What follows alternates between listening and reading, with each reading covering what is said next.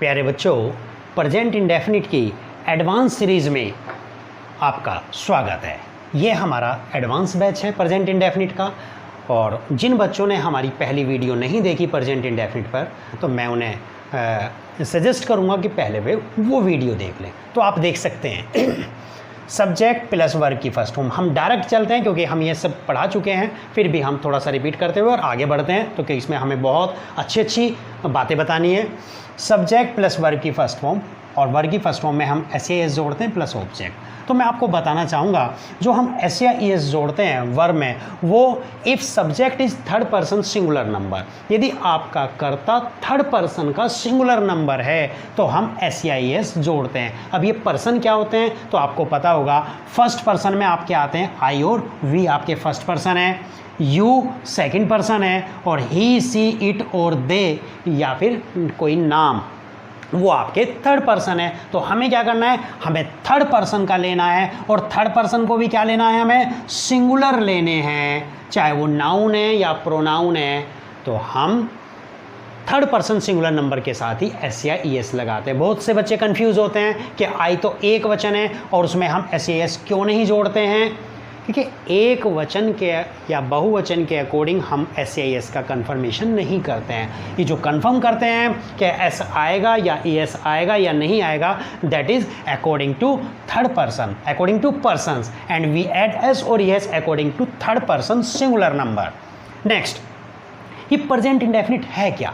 देखिए, present indefinite ये एक हैबिचुअल एक्शन है, इसमें ये हैबिचुअल टेंस है। इसमें हम जो सब्जेक्ट्स होता है, जो कर्ता होता है, जो डूअर होता है, हम उसके हैबिट्स का अध्ययन करते हैं। इसमें जो एक्टिविटी होती है, जो एक्शन होते हैं, उनकी जो नेचर होती है वो परमानेंट एक्टिविटी वाले टेंसेस होते हैं। परमानेंट एक्टिविटी जैसे कि मैं यूपी में रहता हूँ, ये मेरी परमानेंट एक्टिविटी। मेरा घर पूरब दिशा की ओर को है, ये मेरी परमानेंट एक्टिविटी है। मैं रोज़ाना 5 बजे उठ जाता हूँ, ये हैबिचुअल एक्शन हुआ, ये मेरी हैबिट है। और क्या होगा, डेली लाइफ जैसे कि मैं रोज़ाना कॉलेज जाता हूँ, मैं कार से कॉलेज जाता हूँ, मैं अपने बच्चों को पढ़ाता हूँ, तो ये क्या हुआ, मेरा रूटीन हुआ, ये मेरी डेली लाइफ है। तो ये जितने भी डेली लाइफ के सेंटेंसेस हैं, मेरी मदर सुबह 5 बजे उठ जाती हैं, मेरी मदर रोज़ाना पूजा करती हैं, तो ये सब क्या हो रहा है, देखो डेली पूजा का काम, वर्शिप का काम हमारी रूटीन लाइफ में है। कॉलेज जाने का काम रूटीन लाइफ में है। सुबह जल्दी उठना वो आदमी की हैबिट है, रूटीन है। तो ये सभी वाक्य इस तरह के जिसमें रूटीन है, डेली लाइफ का, हैबिचुअल है, हैबिट को हम बता रहे हैं, या फिर परमानेंट एक्टिविटी है, सूर्य पूरब में निकलता है, सूर्य पश्चिम में छिपता है, ये क्या है, परमानेंट है। तो ये हमारे सभी इस तरह के सेंटेंसेस प्रेजेंट इंडेफिनिट के हैं। हाँ, एक चीज़ हमने और जोड़ी, रिपीटेड एक्शन। ये रिपीटेड एक्शन क्या है, जो कार्य बार बार या एक निश्चित अवधि के बाद रिपीट होता हो, एक निश्चित अवधि के बाद जो रिपीट होता हो, वो आपका क्या है, प्रेजेंट इंडेफिनिट में जाएगा। रिपीटेड एक्शन कैसे हो सकता है, जैसे कि मैं हर साल अपने मामा के यहाँ जाता हूँ, तो ये क्या हुआ, रिपीट हो रहा है। हम हर साल घूमने जाते हैं, समर वैकेशन में घूमने जाते हैं, तो ये क्या हुआ, रिपीट हो रहा है। यानी कि एक निश्चित अवधि के बाद कार्य का रिपीट होना, ये आपके रूटीन में शामिल हो जाता है। और इस पर जो है क्वेश्चंस बहुत आते हैं। जैसे कि मैं और बता दूं इस तरह के सेंटेंस, जैसे कि हमारे यहाँ गन्ना अक्टूबर में बोया जाता है, हमारे यहाँ गेहूँ अप्रैल में काटे जाते हैं, जैसे कि हमारे यहाँ वर्षा जुलाई अगस्त में होती है। तो ये क्या है, जैसे ही जुलाई अगस्त आती है यानी कि वर्षा होती है, जैसे ही अप्रैल मई आती है तो गेहूँ काटे जाते हैं। तो मतलब एक निश्चित अवधि के बाद कार्य का रिपीट होना, ये आपकी रिपीटेड एक्शन के अंतर्गत आता है। तो ये आप समझ गए होंगे। अब ये सारी चीज़ें कि वो परमानेंट एक्टिविटी है, वो हैबिचुअल एक्शन है, वो डेली लाइफ का है या रिपीटेड एक्शन का है, ये सारी बातें आपको इन वर्ड्स में मिल सकती हैं, जैसे कि always, never, daily, often, usually, mostly, seldom, rarely, sometimes, generally. इन वर्ड्स को देखकर आप समझ सकते हैं कि ये वाक्य हमारा रूटीन लाइफ का है, ये डेली लाइफ का है। तो तो ये वाक्य है। इन वर्ड्स को देख के आप समझ सकते हैं कि ये वाक्य आपका प्रेजेंट इंडेफिनिट का है। इसके फटाफट हम आगे बढ़ते हैं। आई होप आप समझ गए होंगे। नेगेटिव में आपको पता है नेगेटिव की structure subject plus do not, does not plus verb की फर्स्ट फॉर्म और प्लस ऑब्जेक्ट। बिल्कुल क्लियर है, बिल्कुल क्लियर। ये आपको पहले भी बता चुके। इनमें नेगेटिव वाले वाक्यों में आपका SAIS नहीं लगता है, लेकिन फ्रेंड्स अगर आपका नेवर आया है तो नेवर के साथ SAIS लगता है। जैसे कि ही नेवर goes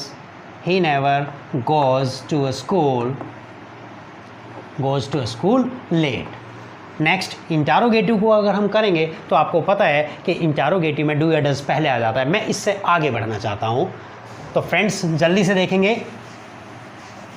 और ये बहुत इम्पॉर्टेंट टेंस है जिसका कि हमें सही तरीके से पता होना ही चाहिए। मैं बात करता हूँ क्वेश्चन वर्ड की, तो सबसे पहले हम क्वेश्चन वर्ड रखेंगे।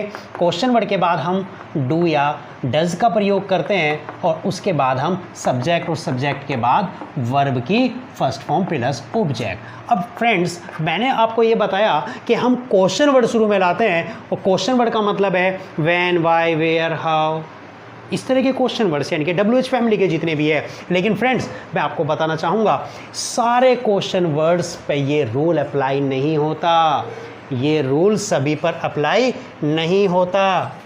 इससे आगे बढ़ते हैं।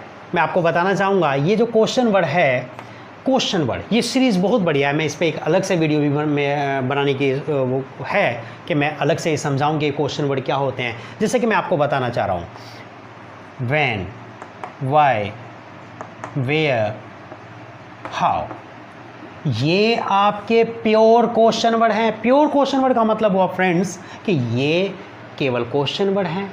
इनके अलावा जितने भी क्वेश्चन वर्ड हैं वो क्वेश्चन वर्ड के साथ साथ या तो वे सब्जेक्ट हैं और या वे ऑब्जेक्ट हैं। ये क्या कह दिया, ये बहुत इंपॉर्टेंट बात है। और ये बात आपकी डायरेक्ट इनडायरेक्ट में भी बहुत इंपॉर्टेंट सिद्ध होती है और ये बात आपकी एक्टिव पैसिव में भी सिद्ध होती है। बच्चों को पता ही नहीं होता कि ये कोई क्वेश्चन वर्ड हमारा सब्जेक्ट का काम कैसे कर सकता है। कैसे, जैसे कि आप देख सकते हैं हु कॉल्स रवि, कौन रवि को बुलाता है। ये हु क्या है, हु आपका सब क्वेश्चन वर्ड प्लस सब्जेक्ट दोनों हैं और ये सिंगुलर है। ये क्या है, सिंगुलर है। जब ये क्वेश्चन वर्ड है, जब ये सब्जेक्ट है और ये सिंगुलर है तो SAIS का प्रयोग किया हमने। कितनी इंपॉर्टेंट बात निकल के, यानी कि इसके बाद SAIS नहीं लगेगा। यानी कि जो SAIS डू या डज जो हम ला रहे हैं व्हेन, व्हाई, वेयर, हाउ, ये प्योर क्वेश्चन वर्ड हैं। इनके बाद तो आपके डू या डज आएंगे, लेकिन उसके बाद हमें जो दूसरे क्वेश्चन वर्ड है वो हमें देखने पड़ेंगे कि वो सब्जेक्ट का कार्य कर रहे हैं या नहीं कर रहे हैं। तो मैं इसका कैसे क्लियर होगा, मैं आपको एक फार्मूला बताता हूँ।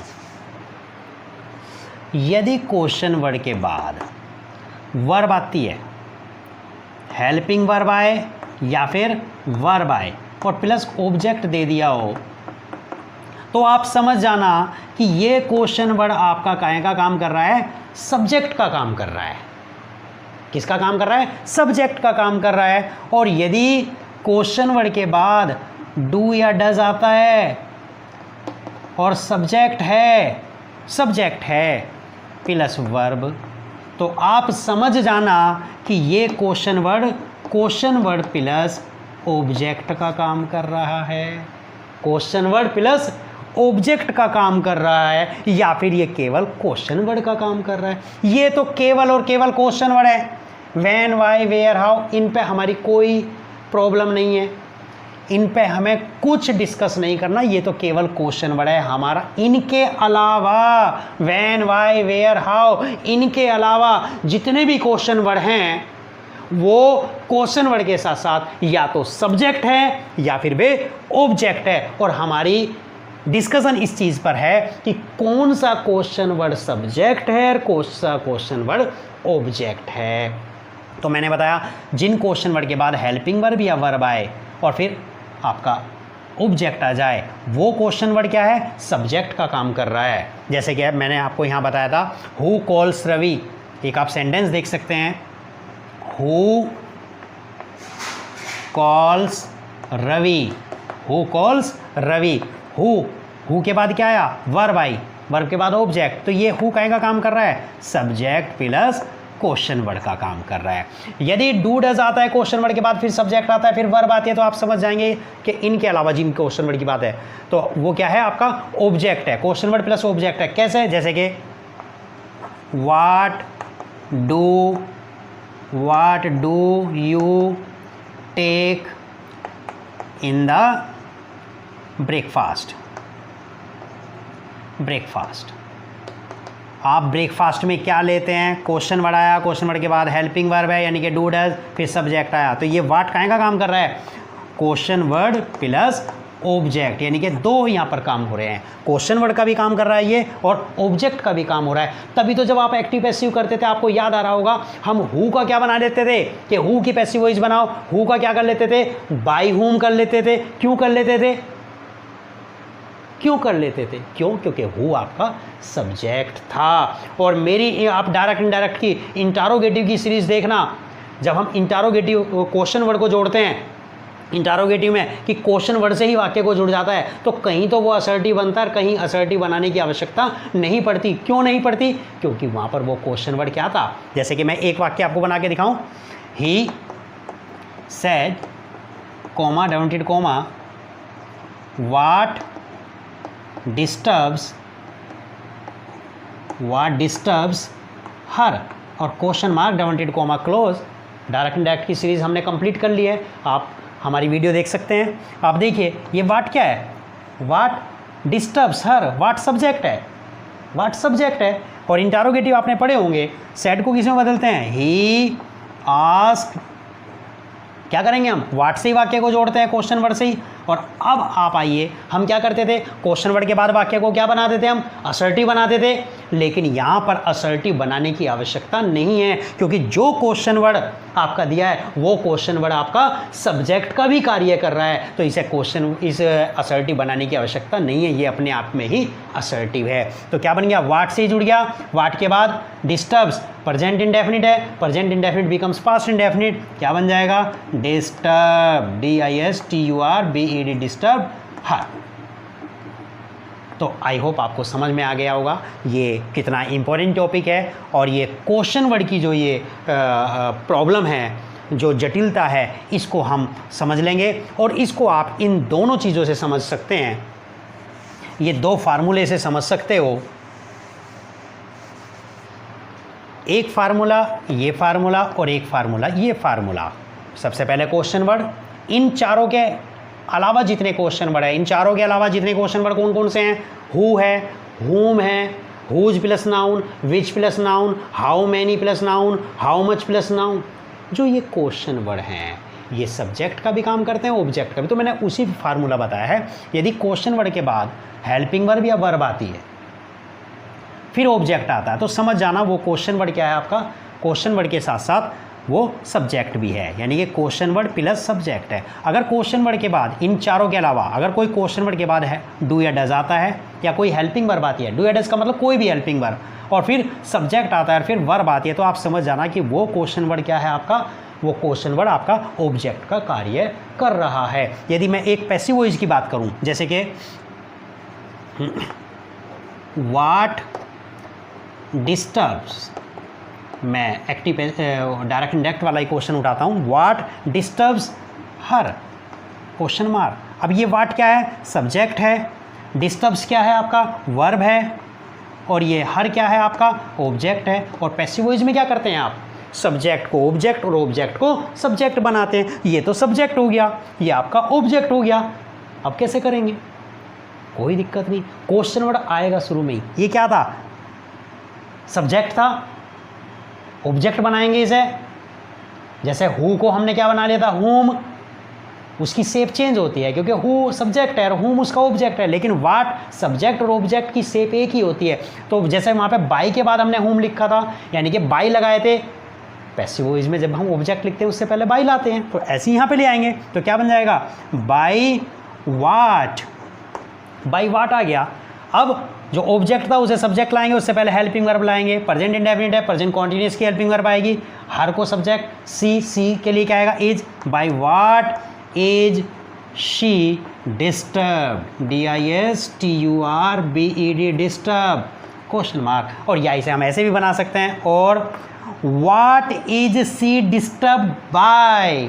आई होप आपको समझ में आ गया। ये हम, क्योंकि ये जो हम थोड़ा एडवांस जो हमने शब्द यूज़ किया है, ये इसी चीज़ के लिए क्या है कि जिसने प्रेजेंट इंडेफिनिट वगैरह जो पहले टेंस वो कर रखा है और वो थोड़ा एडवांस अच्छे कंपटीशन की तैयारी करना चाहते हैं, तो ये सीरीज़ हम उनके लिए ला रहे हैं। तो आप हमारे साथ बने रहिए। और बहुत कुछ बताने को है प्रेजेंट इंडेफिनिट में, लेकिन जो है वीडियो बहुत लंबी हो जाती है, बड़ा मुश्किल हो जाता है। तो आप जुड़े रहिए हमारे साथ, और हम ऐसे ही आपको जो है ये सारी सीरीज़ आपको करा देंगे। आपका कोई भी ऐसा वो नहीं छूटेगा जो आपको क्लियर ना हो।